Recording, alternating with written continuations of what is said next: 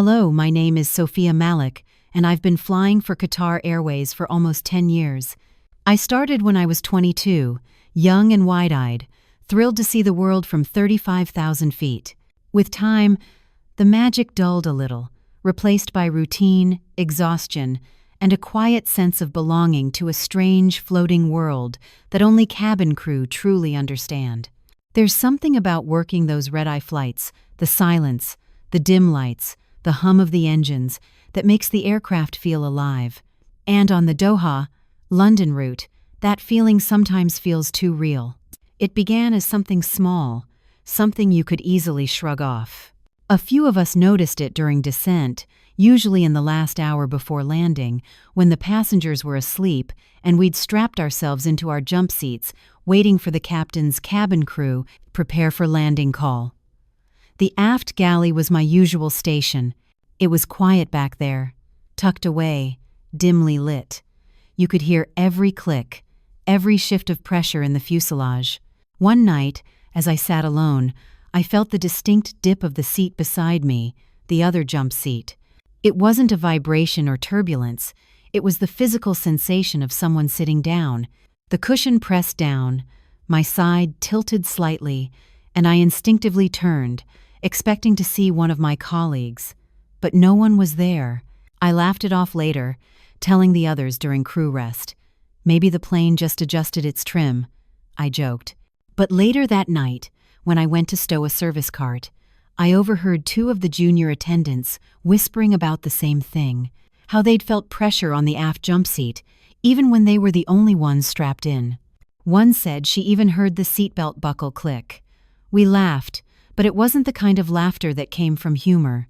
It was nervous, the kind that fills the silence you don't want to sit with too long. On long-haul flights, rumors spread faster than coffee. A few weeks later, everyone had their own version of the jump seat ghost. Some said it was a trick of the pressurization system. Others swore it was the aircraft remembering weight distribution from previous flights. I didn't buy into ghost stories. I'd seen too many half-asleep illusions to take them seriously. But the way the air felt back there, heavy and oddly cold, made it hard to dismiss. There's a certain smell that aircraft have late at night. Stale air mixed with brewed coffee, metal, and something faintly electrical.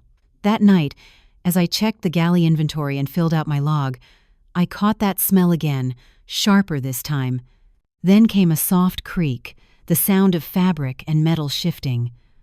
I froze, eyes flicking toward the jump seat. The belt was stretched across the cushion, locked in place, as if someone had buckled it. My breath caught in my throat. I stepped closer and reached out.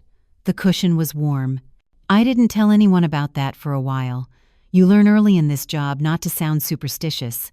Pilots like data, crew managers like composure. Ghost stories don't fit in safety reports. But on the next few flights, I started noticing things I couldn't rationalize. The aft galley's door sometimes clicked shut by itself, even when the aircraft was steady. The interphone back there would buzz with no call registered. Once, I swore I heard breathing right beside me as I double-checked the catering count. We all tried to explain it away. Fatigue, pressure changes, electrical interference. Anything logical, because the alternative didn't sit right. But it wasn't just me anymore.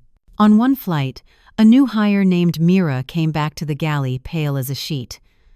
"Did you just sit in the jump seat?" she asked me. I shook my head. "I was in the cabin," I said. Her voice trembled as she pointed. "Then who was?" The seat was empty, but the cushion bore the clear shape of someone's weight, two shallow dips where thighs would have been. Mira backed away like she'd seen something contagious. After that, she refused to work the aft galley at night again. A week later, our purser mentioned it during the briefing, half joking, half serious. "Okay, team, remember, if our invisible friend joins the flight tonight, let's make sure she signs the duty roster." Everyone laughed, but uneasily. I noticed the way people avoided sitting in that particular jump seat, unless necessary. The human brain is funny like that. It believes what it can feel, not just what it can see. I remember one specific flight vividly. We took off from Doha around 1:45 a.m., heading for Heathrow.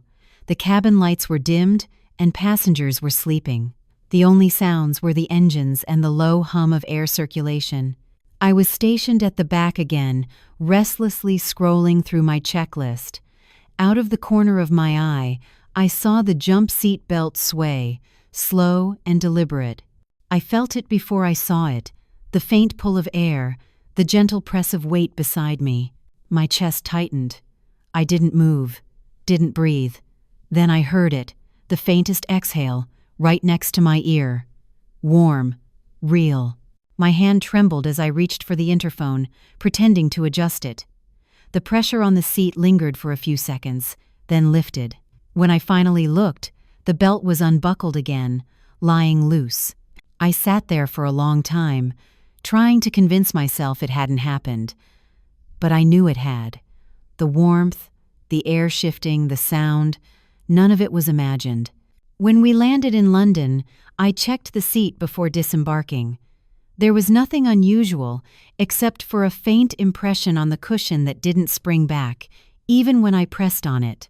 Later, during turnaround maintenance, I casually asked one of the engineers to take a look. He gave me a curious smile. "You're not the first to ask," he said. "That seat's been replaced twice. Keeps showing these weird pressure marks after flights. No fault found." That's when it started to bother me. Not just the odd events, but the fact that everyone was aware of it, yet no one questioned it deeply, as if the aircraft itself had secrets it didn't want disturbed.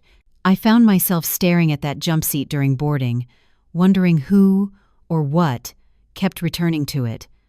The idea settled into my mind like a shadow. What if it wasn't about haunting at all? What if it were memory? Something trapped between one flight and the next, replaying itself over and over at 35,000 feet. I still fly that route. I still sit in the aft galley sometimes. And every so often, when the cabin is dark and the engines hum steady, I feel the same pressure again, faint and unmistakable. I don't flinch anymore. Whoever, or whatever it is, they're just there. A silent presence, keeping watch. Maybe an echo of someone who once did this job, just like me. But when the pressure gets too strong, when I can feel the fabric shift under invisible weight, I quietly whisper to the empty seat beside me, "It's okay, we're landing soon." And sometimes, the cushion rises again, as if someone just stood up. The next time I flew the Doha-London red-eye, I promised myself I wouldn't let my imagination get the better of me. I'd been tired, I told myself. Maybe I'd misread the creaks and shifts that come naturally with altitude. After all, aircraft breathe in their own way, metal expanding, panels settling, air adjusting to pressure. But as we took off that night, something about the cabin felt heavier, like an invisible presence had boarded with us. The flight began normally. Passengers were quiet, most of them dozing off after dinner service. The cabin lights glowed faintly amber, casting soft shadows on the aisles. I moved through the rows with the beverage cart, whispering tea or coffee like it was muscle memory. Everything felt calm, predictable. That's what I wanted, normal. But somewhere over Eastern Europe, when the cabin dimmed to near darkness and the engines settled into their steady hum, that familiar unease started again. It began with the sense of company. Not the comforting kind, this one pressed against you, close enough to feel but never seen. The galley lights flickered slightly as I checked the waist bag, and for a moment, I thought someone was standing behind me. I turned, half expecting one of the junior attendants, but the corridor was empty. My heart gave a single hard thud. The reflection in the metal oven door showed only me. I laughed under my breath, quietly scolding myself. When the captain announced descent into Heathrow, we started securing the cabin. The crew moved quietly, practiced, and efficient.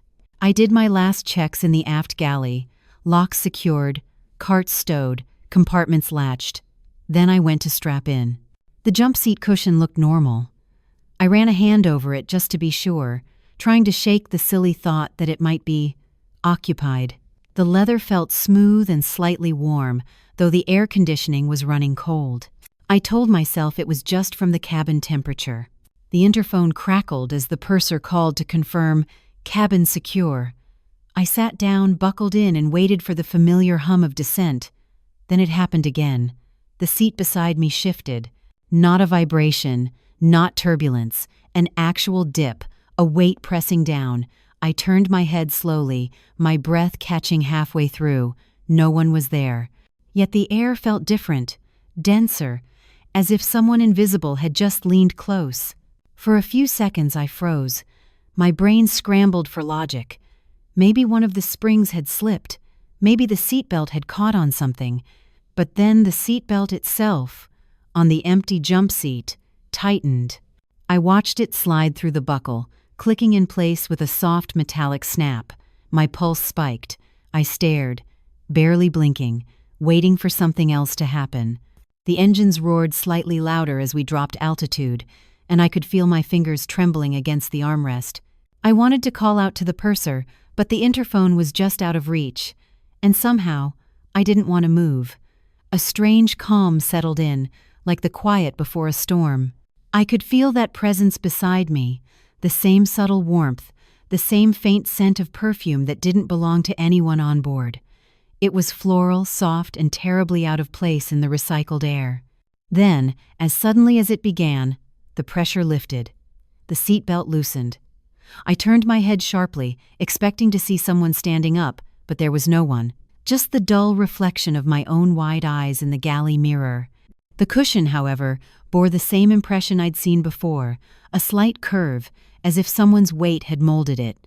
I reached over, touched it, still warm. By the time we landed, my nerves were raw. When we reached the gate and passengers disembarked, I lingered behind to double-check the galley inventory. I couldn't stop myself from glancing at that seat every few seconds.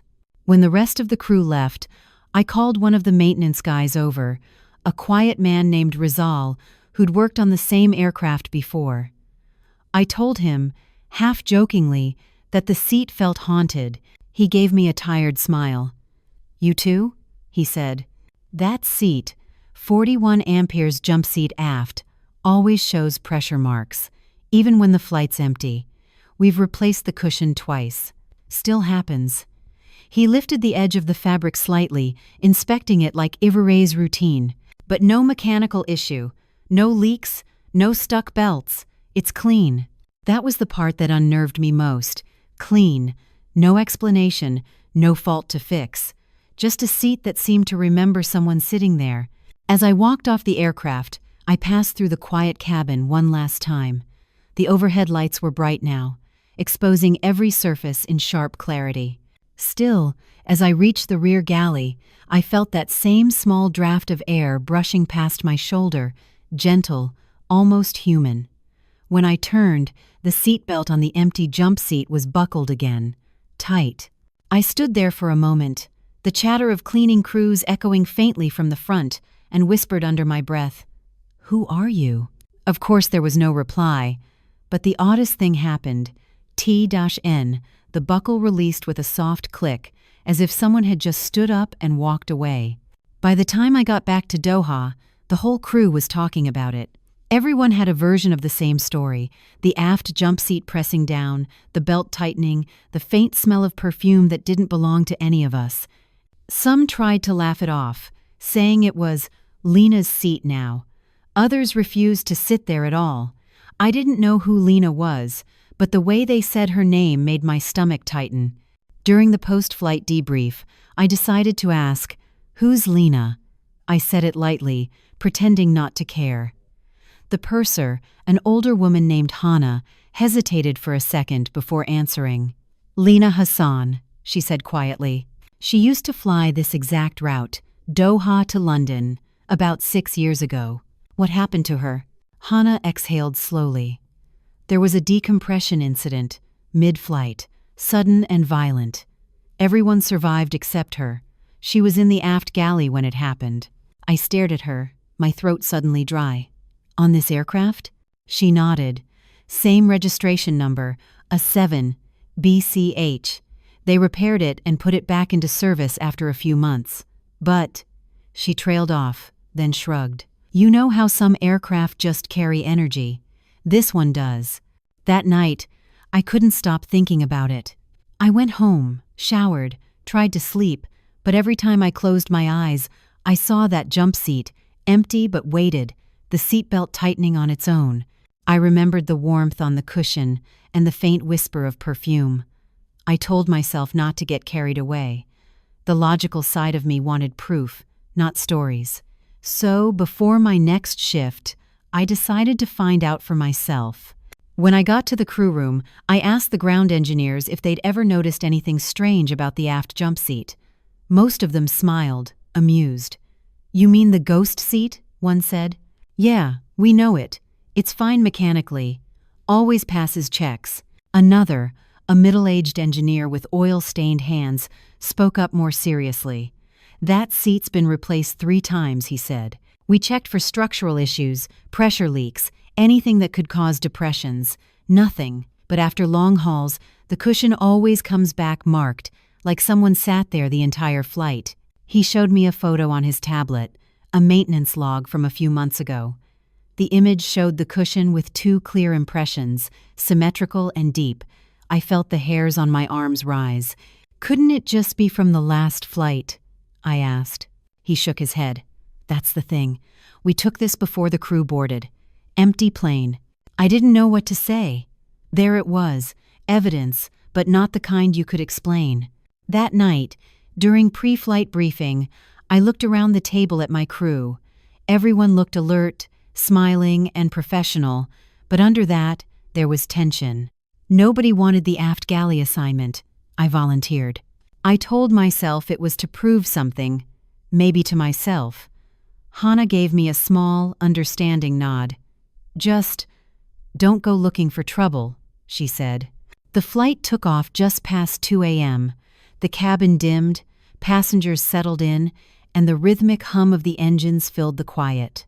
I moved through my routine, safety checks, service prep, and hot towels. But all the while, I kept glancing at that jump seat. It looked harmless, ordinary even. The small leather cushion, the silver belt buckle catching faint light. When the cabin went dark, I crouched down beside it, pretending to reorganize a storage compartment. My heart was pounding, but curiosity won. I pressed my hand against the seat, cold. Then, a moment later, it warmed beneath my palm, as if someone were sitting there again. The air around me shifted, heavier, denser. My throat tightened, and my eyes darted to the galley mirror. For just a second, I thought I saw a reflection, someone in a cabin crew uniform standing behind me. I spun around. Nothing. Only the low rumble of the aircraft and the faint clink of cups. After we landed, I stayed behind again as passengers disembarked. The cleaning crew came aboard, and I watched from the galley doorway as the maintenance team inspected the seat. One of them, the same engineer from earlier, lifted the cushion with a sigh. "Look at this again," he muttered, motioning me closer. There it was. The impression, clear as before, the shape of a seated person. "No fault, no reason," he said, "but it keeps happening on flights to London, never inbound." That detail stuck with me. Outbound only. As if something, or someone, was making the journey but never coming back. Later that day, I went digging through our internal archive system, searching for the incident report Hannah mentioned. It took some convincing, but I found it.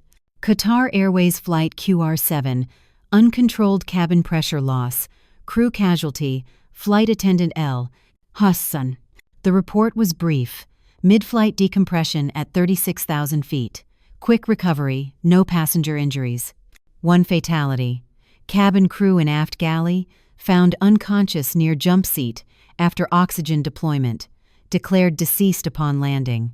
I sat there staring at the screen for a long time. The date was almost exactly 6 years ago. Same aircraft registration. I felt a chill crawl up my spine. From that day, I stopped thinking of the jump seat as haunted in the Hollywood sense. It felt residual, like energy caught in a loop. Something left unfinished. Maybe she didn't even know she was gone.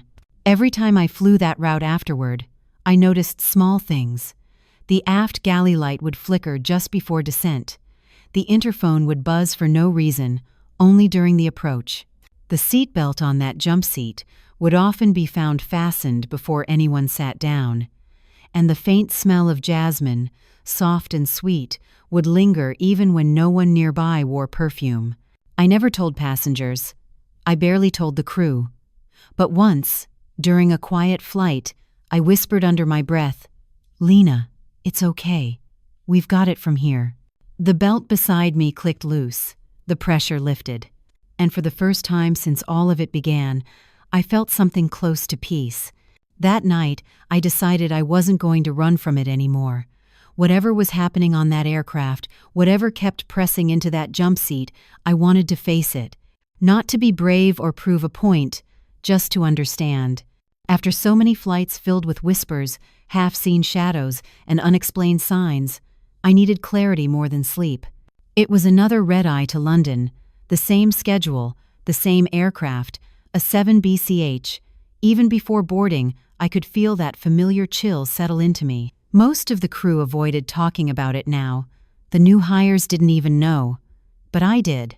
I knew every detail, the old report, the name, the time, the exact galley where she'd last been seen alive. The flight began uneventfully. Dinner service ran smoothly, passengers were calm, and turbulence was minimal. Around 3 a.m., the cabin sank into darkness. The hum of the engines became a kind of heartbeat, steady and deep. Most of the crew took turns resting in the crew bunks, leaving me in the aft galley alone. Just me, the galley lights, and the hum of the aircraft moving through a sky without stars. I took the aft jump seat deliberately this time. I ran my hand over the cushion, smooth and cold. "If you're still here," I whispered, "I just want to understand." My voice sounded strange in the quiet. For a long while, nothing happened. I sat there, listening to the occasional rustle from the cabin, the faint buzz of an electrical panel. I started to think maybe this was all in my head, grief, exhaustion, suggestion. But then the cabin lights flickered, just once. Subtle, almost unnoticeable, but enough to make my heart skip. The air pressure changed slightly, the way it does before turbulence. I checked the interphone, no calls from the cockpit. Then the oxygen panel light above the galley blinked red for half a second and went dark again. My stomach tightened. A whisper of air brushed past my shoulder. I turned slowly. The reflection in the galley mirror caught my eye first. Faint, blurred, but there. The outline of a woman sitting in the jump seat beside me. Slim frame, dark hair tied neatly back. A cabin crew uniform, crisp and pressed. She wasn't looking at me, just ahead, her hands folded neatly in her lap, as though waiting for landing. I blinked hard, and the reflection wavered. My pulse pounded in my ears. I turned my head to look directly, but there was no one beside me. The seat was empty. And yet, the cushion was pressed down again. "Lena?" I whispered. The word came out shakier than I meant. For a moment, I thought I heard something, soft, like a sigh. Then the seatbelt on the empty jump seat drew tight, snapping into place with a metallic click. I flinched at the sound. My hands were shaking, but I couldn't move. I could feel warmth radiating from the space next to me, the same faint floral scent I'd noticed before. Then came the sound that froze me completely, the faint hiss of oxygen masks deploying, not in the cabin, but in my mind. The way memory sometimes plays sound before sight, the way trauma echoes. The aircraft hit a pocket of mild turbulence right then, and the lights flickered again. For a split second, I saw her reflection once more, head turned slightly this time, eyes on me. She wasn't angry or sad, just tired. Her lips moved like she was saying something I couldn't hear. And then she was gone. The seatbelt loosened slowly, as if released by an unseen hand. The cushion rose back up, regaining its normal shape. I realized I was gripping the armrest so tightly that my knuckles had turned white. My breathing came fast and uneven. When the captain's voice finally came through the intercom, "Cabin crew, prepare for landing," it startled me so badly that I almost laughed out loud. I unbuckled my belt, stood, and stared at that seat for a long moment. It looked exactly as it always did. Harmless, ordinary, empty. But I knew better now. After we landed and passengers disembarked, I stayed behind again, waiting until the aircraft was empty. The cleaning team was still at the front, so I had a few quiet minutes in the aft galley. I turned off one of the overhead lights, so the space dimmed slightly. The reflection in the galley mirror flickered faintly, catching the glow from the emergency exit signs. I didn't see her again, but I felt it. The same shift of air, the same quiet calm. "Lena," I said softly, "you don't have to stay anymore. You did your part." The emergency light blinked once, as if answering. When I stepped off that aircraft, something in me felt lighter. Not relief exactly, but a strange peace. Like the space between flights had closed for her, and maybe, for a moment, she'd finally rested. Still, every time I fly that route and the engines hum steadily at 36,000 feet, I can't help but glance at that seat. Sometimes I swear I see the belt buckle glint in the corner of my eye, or feel the faintest pressure beside me when the cabin goes quiet. And when that happens, I don't flinch anymore. I just whisper, "Safe flight, Lena." Because deep down, I think she's still flying, just not alone anymore. The next morning after that haunting flight, I couldn't shake the feeling that something had shifted. I kept replaying every moment, the flicker of lights, the tightening of the belt, that faint perfume that lingered even after everyone had disembarked. It didn't feel like fear anymore. It felt like someone trying to be noticed, someone who wasn't finished. When I got back to Doha base, I went straight to the crew lounge. Most of the team had already gone home, but the maintenance crew was still there, wrapping up paperwork. I found Rizal, the same engineer who'd shown me the photo of the jump seat impressions, and asked if I could look at the seat's maintenance file myself. He hesitated, but finally handed me the clipboard with a quiet shrug. The paperwork was routine: standard post-flight checks, replaced latches, cushion cleaning logs. But something caught my eye near the bottom. A small tag number written in faded ink, attached to the jump seat record: AFT 41 amperes, serviced on 22 June 2019. There was a name scrawled next to it: El Hassan. My breath caught. I traced the letters with my finger. It wasn't typed, it was handwritten. Probably by the maintenance team the night the incident happened. I turned the page over, and a smaller note was clipped behind it, folded, yellowing with age. Someone had written, "Seat pressure normal, cushion replaced post, incident, RIPLH. For a long moment, I couldn't move. That was her, the woman I'd seen, the presence we'd all felt. Lena Hassan. It wasn't a story anymore. It was real, documented, and physical. The aircraft still carried her name. That night, I went to the memorial wall at headquarters. Every airline has one, though few passengers ever see it.